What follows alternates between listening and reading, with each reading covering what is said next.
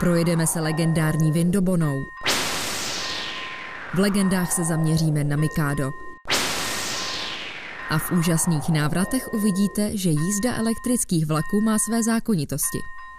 Tak na toto vydání magazínu Pozor vlak jsem se hodně těšil, protože první reportáž bude o člověku, který je od nás vzdálen vzdušnou čarou asi 12 000 kilometrů. A pokud si myslíte, že jsme za ním vyjeli s kamerou, chyba lávky. Zůstali jsme v České republice, protože řáděl koronavirus. Ale poprosili jsme ho, aby si sehnal profesionální fotoaparát, který umí také natáčet videa, a pak jsme ho instruovali, co má natočit, jak to má natočit, a takhle jsme pracovali asi měsíc. A jak to dopadlo, to právě teď uvidíte. První reportáž je totiž o Alanovi.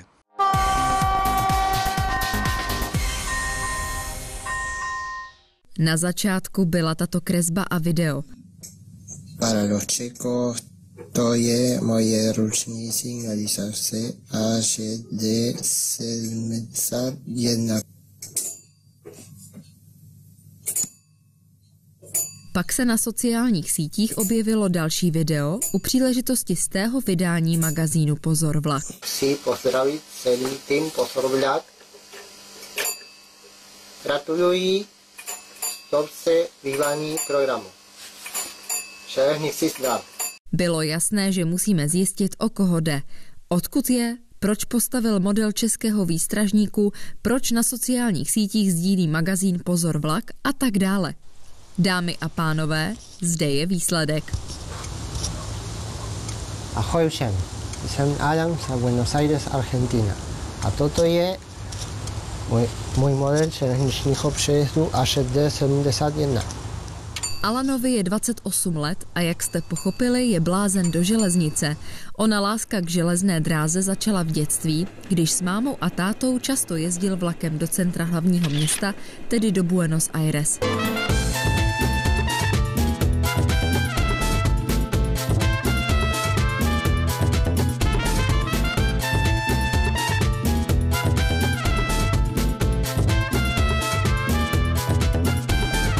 Jako každého kluka i Alana bavily vláčky.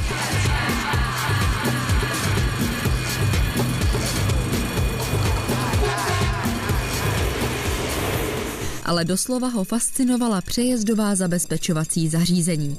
Jak blikala, zvonila, otevíraly se a zavíraly závory.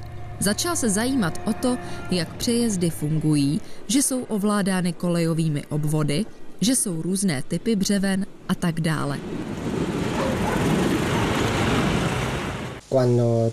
Až dokončím vysokou školu, chci se stát železničním technikem. Mám v plánu pracovat v oblasti zabezpečovacích zařízení, tedy instalovat je a opravovat. Samozřejmě mě nejvíce zajímají přejezdová zabezpečovací zařízení, ale také výhybky či návěstidla. Vlastně nás Alanovy plány do budoucna vůbec nepřekvapují.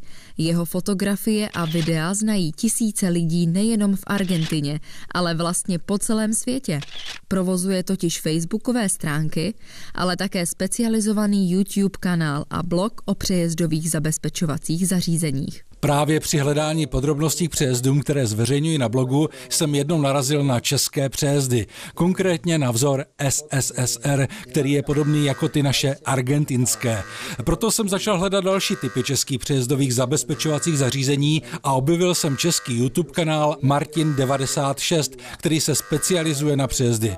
Tam mě hodně zaujaly výstražníky AŽD 71 s pozitivním světlem, které se v Argentíně nepoužívá. Pro Alana netradiční výstražník si nakonec doma vyrobil za 2 měsíce.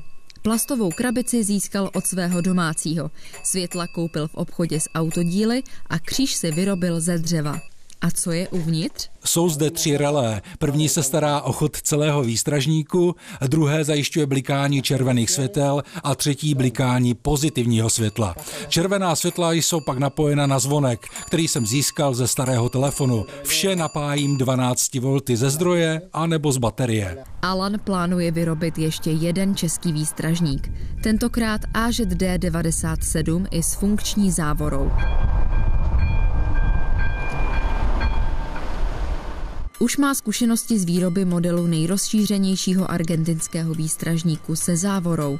General Railway Signal. Břevno je ručně vyrobené ze dřeva. Jak sami vidíte, snadno padá vlastní vahou. Zvedání jsem vyřešil 12V motorkem ze staré tiskárny. Ještě to nemám zcela dokončené, aby se závora po spuštění výstrahy automaticky zvedala a padala. Ovládám proto světla jedním tlačítkem a závoru druhým. Pro porovnání, toto je reálná předloha Alanova modelu argentinského přejezdového zabezpečovacího zařízení. Tento přejezd je z roku 1960. General Railway Signal zajišťovala servis do roku 1980. Pak prošel modernizací, kdy byly žárovky ve výstražníku vyměněny za LED světla. Původní pohon závor byl nahrazen pohonem Siemens S40, ale zbytek, jako například konstrukce, zvonky a označení, je původní. Přestože má Alan velké znalosti o železnici, jsou převážně vyčtené z internetu. Osobně zná pouze argentinskou železnici v okolí Buenos Aires, kde žije. Říká o ní, že je pohodlná, vcelku spolehlivá a čistá. A to i v případě, že nejedete novými čínskými vlaky, ale původními vozy někdy z roku 1960, protože byly renovovány. Ale zpět k Alanovi. Těší se na to, až vystuduje a finance dovolí, aby poznal další provincie své země a také jiné státy, které chce samozřejmě navštívit vlakem. Že bychom ho tedy potkali i u nás v České republice? Není to vyloučeno. Alan se totiž učí česky. Zdravím diváky magazínu Pozor Vlak a železnici Zdar.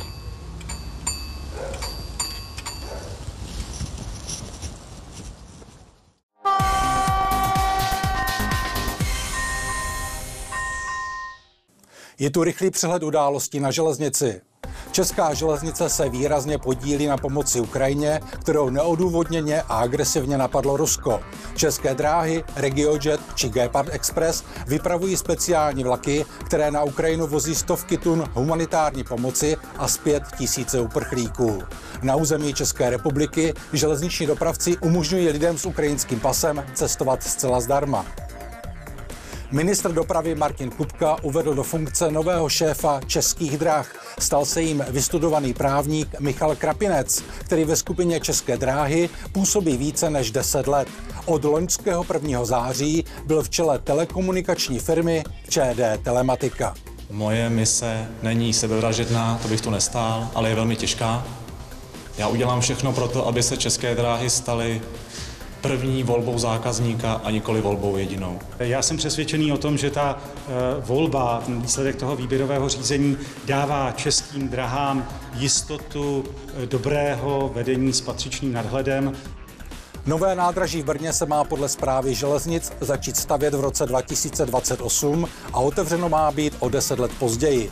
Budou do něj zajíždět především vlaky od Prahy, Ostravy, Bratislavy a Vídně.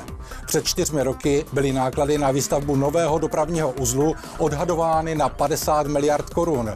Protože ale vše ve stavebnictví zdražuje, očekává se zvýšení nákladů odhadem o 10 až 20%. Záměr projektu má být hotový do konce letošního roku. Podívejte se na vítězný návrh terminálu u Roudnice nad Labem vysokorychlostní tratě v úseku mezi Prahou a Lovosicemi. Jde o práci architektonické kanceláře Rusina Frey, která do projektu zahrnula parkoviště pro 3000 automobilů, autobusové zastávky pro spoje ústecké a středočeské integrované dopravy a napojení na trať Roudnice nad Labem Straškov a dálnici D8. Podle architektonické kanceláře hala připomíná z dálky lehký most nebo pavilon v krajině, přičemž zblízka symbolizuje význam terminálu jako vstupní brány do krajiny Podřibska a Roudnicka. A teď si prozradíme výherce za minulou soutěžní otázku.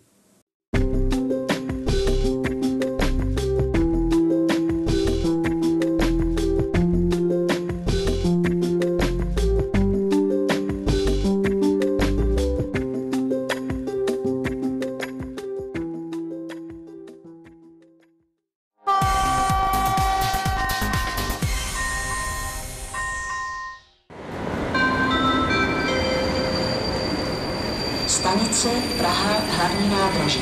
Osobní Zúčastněte se s námi oslav 150. výročí tratě, známé jako Franz Josef Bahn z Českých Velenic do Prahy, jízdou v historické soupravě někdejšího vlaku X 374-375 Vindobona z druhé poloviny 80. let, který patřil k nejslavnějším vlakům nejen na této trati. Tak zněla pozvánka na sociálních sítích, kterou jsme prostě nemohli odmítnout. Je sobota 12. března a za malou chvíli odjíždíme. Máme soupravu známou jako Ostraván, ovšem poskládaná podle grafikonu z roku 83. A najdeme tady vybavený restaurační vůz, vozy první a druhé třídy. Táhne nás lokomotiva Brejlovec 754044, která je připomínkou mašiny 754020, která už bohužel nejezdí dnes, ale často se tady na vlaku Vindobona objevovala.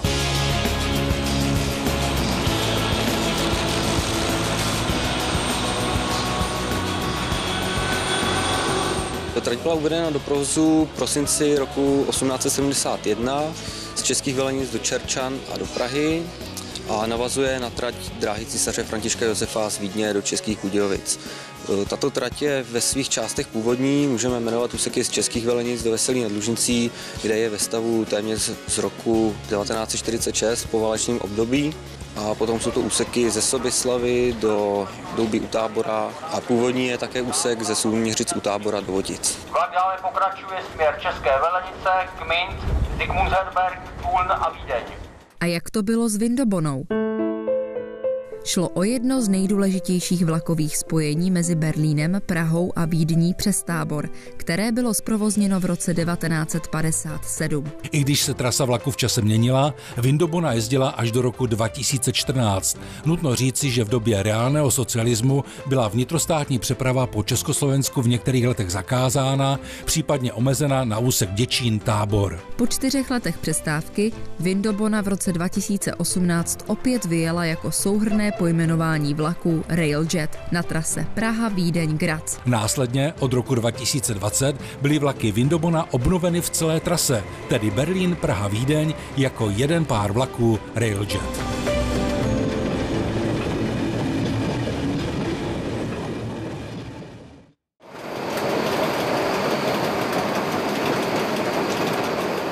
Vracíme se na slavnostní jízdu Vindobony. Cestující jsou spokojeni, ti, co měli chuť anebo hlad, se přemístili do restauračního vozu, kde skvěle vařili a po cestě si určitě všimli policejních orgánů, které sledovali, co se děje v mezinárodním spoji projíždějícím socialistickým Československem. To je uniforma vlastně příslušníka sboru ozbrojené ochrany železnic. To vlastně je jakoby obdoba dnešní železniční policie. Říkalo se jim švestky a ve Vindoboně měli za úkol hlídat, aby ve vlaku nejeli podvratné živly.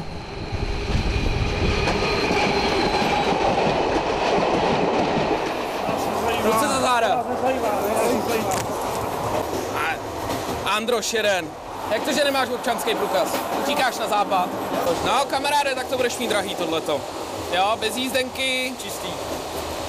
Ve vlaku, kde je vyloučená vnitrostátní přeprava. Přijíždíme do cíle cesty, tedy do Českých Velenic, kde podvratný živel odmítá spolupracovat a tak si vyslouží pendrekovou masáž. My ti dáme, že budeš utíkat. Ano, i takové scénky byly kolem Vindobony občas k vidění. Občané, prosím vás, nezlukujte se, jo? Tady nezlukujte se nám tady, jo? Prosím vás. Rozejděte se, jo? Není tady nic k vidění. Koho vy představujete? Já jsem z celní správy, takže tohle je uniforma celní správy, konkrétně hodnost hlavní celní kontrolor. Celní správa měla na starosti, když se vlak dostal třeba do hraničního pásma, kontrolovat jak vlak, vlastně zavazadla, aby neunikaly jakoby devizové prostředky a zároveň vlastně i kontrolovali osoby. A já představuji, že podporučíka oddělení pasové kontroly na to kontrolování, že, těch pasů a dokladů pasů a víc sloužil ten pultík příslušníka oddělení pasové kontroly. Mladší diváci asi jen zírají na to, co se vše odehrávalo při přejezdu vlaku přes hranice. Ale zpět k Vindoboně. Ta na příznivce železné dráhy působí jako magnet. Ostatně tato skupina fotografů a kameramanů je toho důkazem. A co diváci pozor vlak nafotili a natočili? Zde jsou výsledky.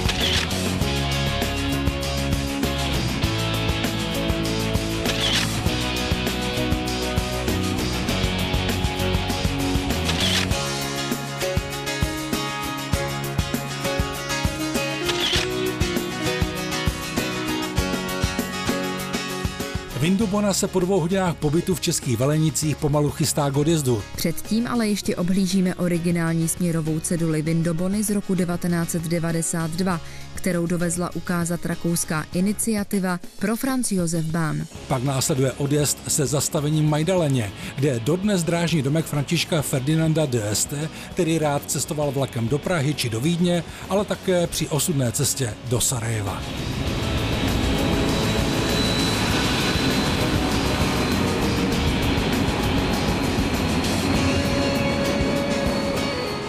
Z Majdaleny odjíždíme ze 4. manipulační koleje. Je to jediná stanice, kde lze odjíždět z manipulační koleje a tato kolej byla zapojena do původního zabezpečovacího zařízení elektromechanického vzor 5007 a bylo to pro toho Františka Ferdinanda d'Este, aby nemusel chodit daleko do kolejí, tak byla zapojena kolej přímo do zabezpečovacího zařízení a mohl nastupovat z domku přímo do vozu.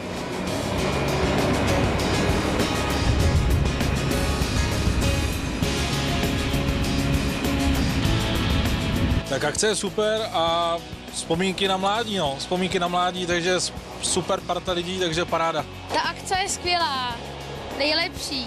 Tak já jsem rád, že jsem se zúčastnil této akce, že jsem měl tu možnost, protože jsem v mládí zažíval Vindobonu, když jezdila. Je to krásný výlet. S krásným strojem, s krásnou soupravou. Pořadatel super.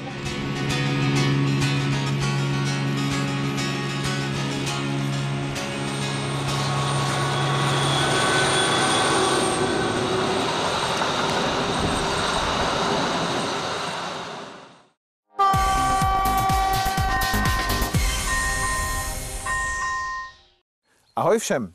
Tématem dnešních legend bude parní řada, o které se a snad právem tvrdí, že patří mezi nejkrásnější parní lokomotivy na světě. Zda je to skutečně pravda, to posuďte sami.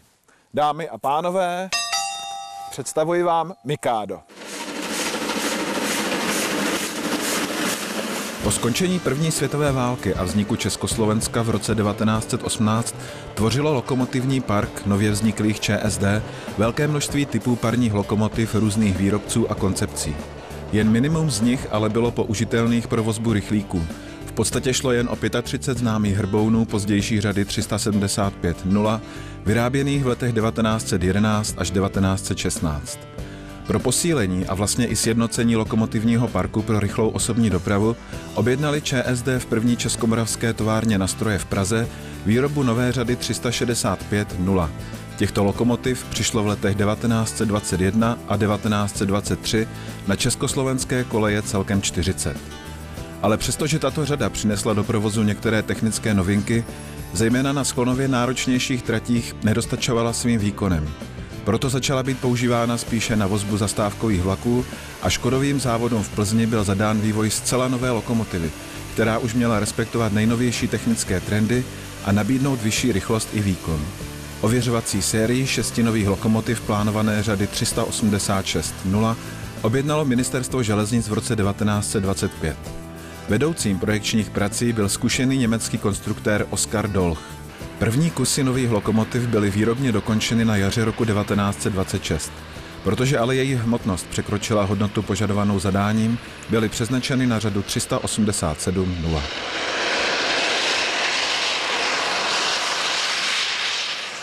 Po konstrukční stránce je Mikado parní lokomotivou s trojicí spřažených náprav a trojicí běhounů, z nichž přední dva jsou uloženy v samostatném otočném a bočně posuvném podvozku. Zadní, takzvaný Adamsův běhoun, má šikmoposuvné uložení s vratnými pružinami a při posuvu do stran se současně i natáčí. Pružnice všech spřažených náprav a zadního běhounu, uložené nad ložiskovými skříněmi, jsou mezi sebou vzájemně provahadlovány.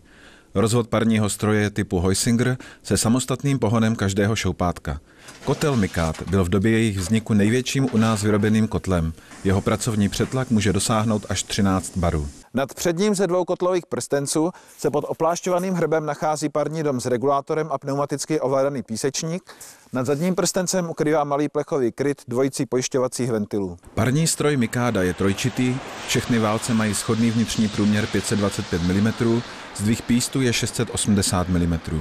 Prostřední válec, který zároveň tvoří podpěru dýmnice, je uložen ve sklonu 1:10 a prostřední ze spřažených dvojkolí je od něho poháněné pomocí ojnice vedené mezi podélníky rámu. Novinkou v československé lokomotivní konstrukci byl dvoudílný trámcový rám z titanem legované oceli nebo například třídílná nápravová ložiska se stavěcími klíny. S lokomotivami v provozu sloužily speciálně pro ně zkonstruované svařované tendry řady 931, které jen podtrhovaly celkový estetický dojem z lokomotivy. Výrobcem tendru byla pražská továrna Ringhofer. Každý dokázal pojmout až 12 metrů krychlových uhlí a dle provedení 23 až 30 metrů krychlových vody. Zaměříme-li se na technické parametry lokomotivy, pak vězte, že je i s tendrem dlouhá 24,3 metrů, při spalování kvalitního uhlí může dosáhnout výkonu až 1545 kW, tedy asi 2100 koní. Průměr spřažených, tedy velkých kol lokomotivy, je 1950 mm. Přední běhouny mají průměr 1044 mm a zadní 1308 mm.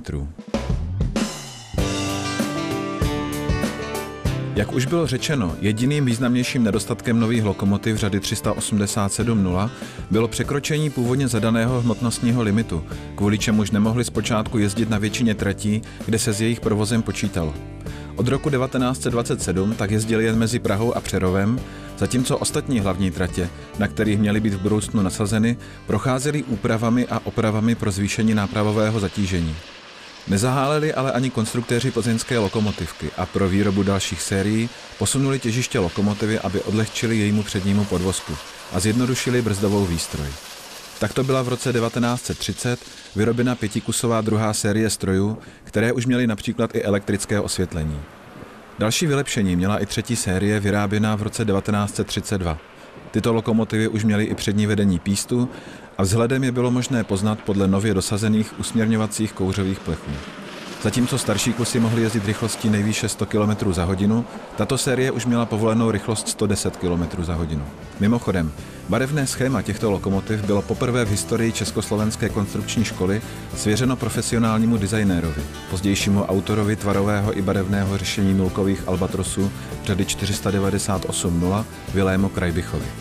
Dalších 13 dodaných lokomotiv čtvrté série už mělo díky dalším úpravám nejvyšší dovolenou rychlost dokonce 120 km za hodinu, stejně jako stroje nejdokonalejší a zároveň poslední páté série, které byly vyrobeny v roce 1937.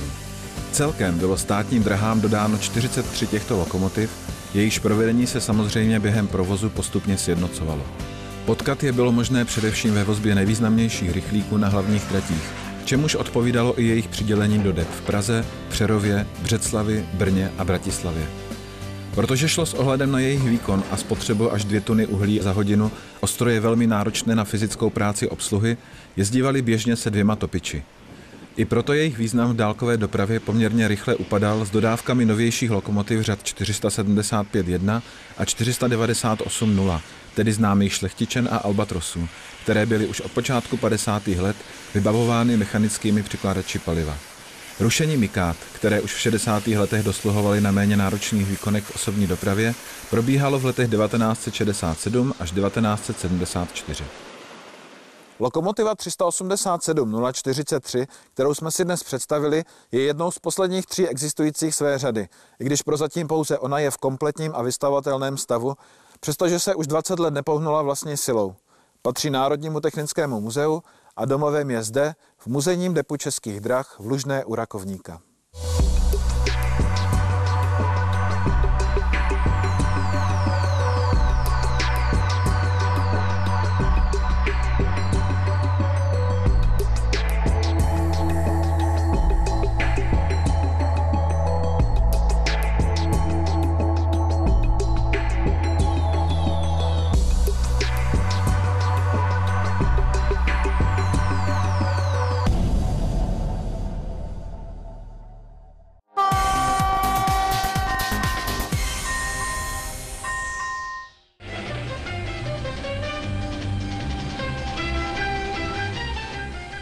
Hustota železničního provozu na elektrizovaných tratích neustále roste.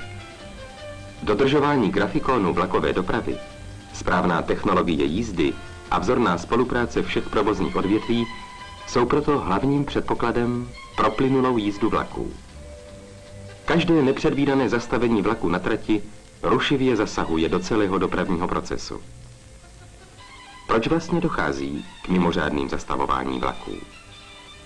Je to zavinováno především nedostatky v řízení dopravy a závadami v lokomotivním a vozovém parku. Na elektrizovaných tratích k tomu ještě přistupuje další okolnost, kterou se budeme zabývat podrobněji. Je to pokles napětí v trolejovém vedení pod dovolenou mez, anebo úplná ztráta napětí, způsobená přerušením dodávek elektrické energie. Co je příčinou těchto závad? Někdy je to závada na zařízení napájecí stanice, jindy zase porucha na trakčním vedení. A nelze opomenout ani působení atmosférických vlivů. Ale jedna závada je obzvlášť závažná. Je to přetěžování napájecí soustavy nadměrným odběrem elektrické energie. Tím se trolejové vedení nebezpečně přehřívá, natahuje a oslabuje se tak jeho pevnost. Jízda vlaků elektrické trakce má svá specifika, vycházející ze závislosti na trakčním napájení. A o tom bude dnešní film. Jestliže proudový odběr dosáhne určité hodnoty, zapůsobí samočinné vypínače v napájecích stanicích. Všechna tato zařízení jsou dimenzována na trvalé proudové zatížení o určité hodnotě. Ale v železničním provozu se vyskytují občas nepravidelnosti. Vlaky se například nashromáždí ve stanici a pak ve vhodnou dobu se vypravují za sebou v krátkých intervalech. V takových situacích se může stát, že vznikne nadměrný odběr proudu, který převyšuje dovolené hodnoty. A následek? Silný pokles napětí v trolejovém vedení, anebo úplná ztráta napětí. Proč tedy není napájecí soustava dimenzována na větší odběr? Ano, tato otázka je na místě. Po technické stránce zde není překážek. Stačí zesílit průřezy trakčního vedení, zařízení v měnírnách, rozvodnách a vše bude v pořádku. Ovšem, současně s tím je nutno si uvědomit, že čím větší budou přenášené výkony, tím mohutnější, a tedy i dražší budou přenosová zařízení. Proto je třeba nalézt mezi oběma stanovisky určitý kompromis. Při návrhu výkonnosti pevných trakčních zařízení je vždy nutno najít nejhospodárnější řešení, které by zajišťovalo dodávku elektrické energie pro určitou maximální dopravu, ale bylo by zároveň během dne využito na přijatelnou míru. Jinak je napájecí soustava chráněna celým systémem ochran, které v případě nutnosti vypínají ohroženou část. Tím se však přerušuje dodávka energie k lokomotivám, vlaky se zpožďují, narušuje se grafikon vlakové dopravy. Jednou z možností, jak těmto nežádoucím poruchám předcházet, je správné organizování jízdy vlaků. Stručně řečeno, upravit jízdy vlaků tak, aby k nepřípustným dopravním špičkám vůbec nedocházelo. To znamená sestavit grafikon vlakové dopravy s ohledem na jmenovitý výkon napájecích zařízení, správně řídit vlakovou dopravu a upravit technologii jízdy vlaků tak, aby byla závazná při projíždění příslušných úseků trati.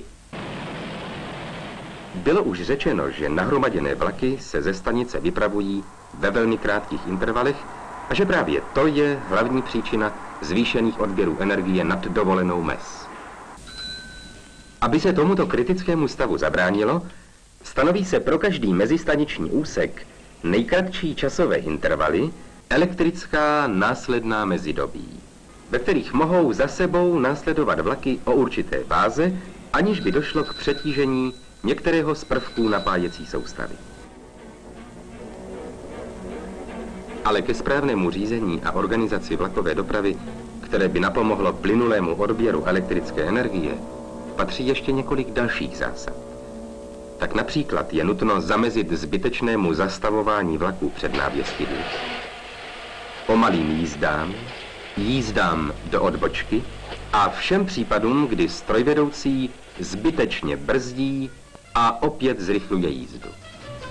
Nepříznivé situace vznikají rovněž na trati s autoblokem.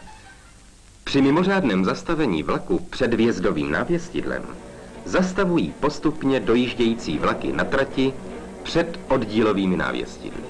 Je tedy zřejmé, že potom, při současném rozjezdu několika těžkých nákladních vlaků, musí křivka odběru proudu vyletět prudce vzhůru. Na jeden rozjezd vlaku je zapotřebí takové energie, jako na vlastní jízdu po rovinné trati dlouhé 30 kilometrů. Z toho vyplývá, jak velký vliv mají výpravčí a dispečeři. Ale také strojvedoucí mají ve svých rukou celou řadu možností, jak působit na plynulý odběr energie. Správná technologie jízdy má pro omezení proudových špiček i pro snížení spotřeby energie neobyčejný význam. Strojvedoucí musí znát dokonale profil trati. Příslušné traťové úseky projíždí s malými proudy nebo i bez proudu.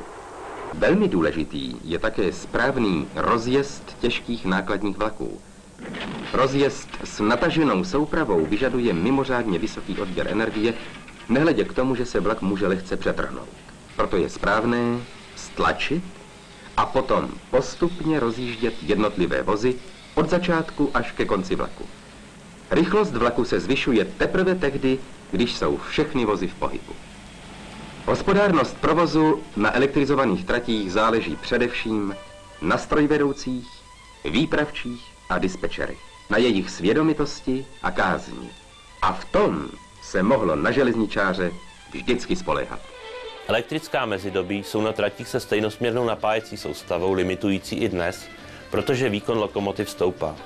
Lehce by se mohlo stát, že budou omezovat propustnost trati, i když moderní zabezpečovací zařízení umožní krátké následné intervaly.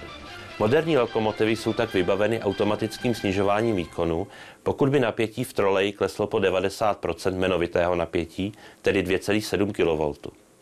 Příště si povíme něco o horkoběžnosti ložisek.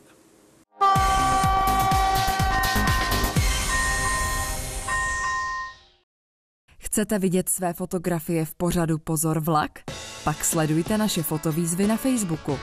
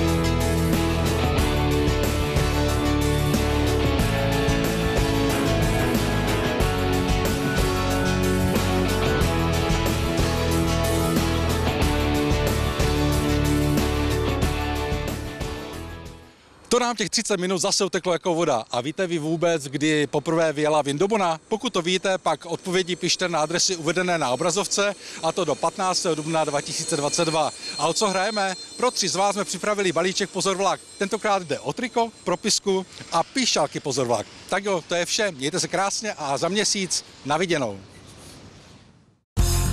To nám těch 30 minut zase uteklo jako voda. A víte vy vůbec, kdy vyjela poprvé Vindobona? Pokud to víte, pak pište adresy, nesmysly, kecám. Fuj. Tak znovu.